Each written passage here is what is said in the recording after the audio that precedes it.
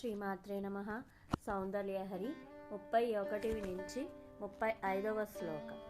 చతుషష్ట్యా తండ్రై సకలమతి సందాయ భవనం స్థితస్సత్తస్తద్ధి ప్రసవ పరతండ్రై పశుపతి పునఃసత్వా నిర్బంధః అఖిల పురుషార్థైక ఘటనా స్వతంత్రం తే తంత్రం క్షితితలమవాతీరదిదిదం శివశక్తైకామ క్షితిరధర విసీతకిరణః స్మరోహం సచ్చక్ర స్తతమనుచ పరామారహర్యః అమిహృల్లేకాభి స్థితశ్రుభి రవాసానేషు ఘటితా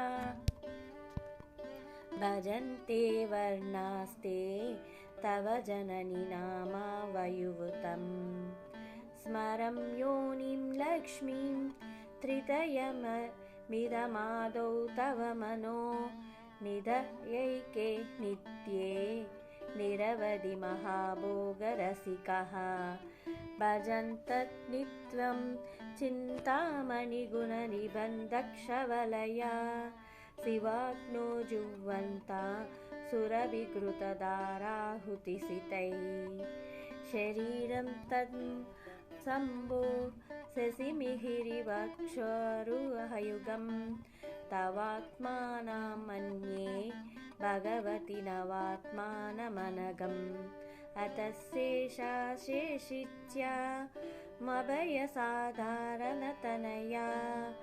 स्थितस्सम्बन्धो वां समरसपरानन्दपरयोः मनस्तत्त्वां व्योमत्वां मरुदसि मराचारधिरसि त्वमात्वस्त्वां भूमिस्त्वां परिणतयां नहि परम् त्वमेव स्वात्मानं परिणमयितुं विश्ववपुषा चिदानन्दाकारं शिवयुवति भावेन बिभृशे.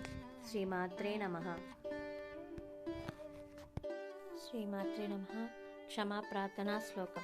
యదక్షర పదభ్రష్టం మాత్రాహీనం చ యద్భవేత్ తత్సర్వం క్షమ్యతాం దేవి నారాయణి నమోస్తుతే. శ్రీమాత్రే నమః.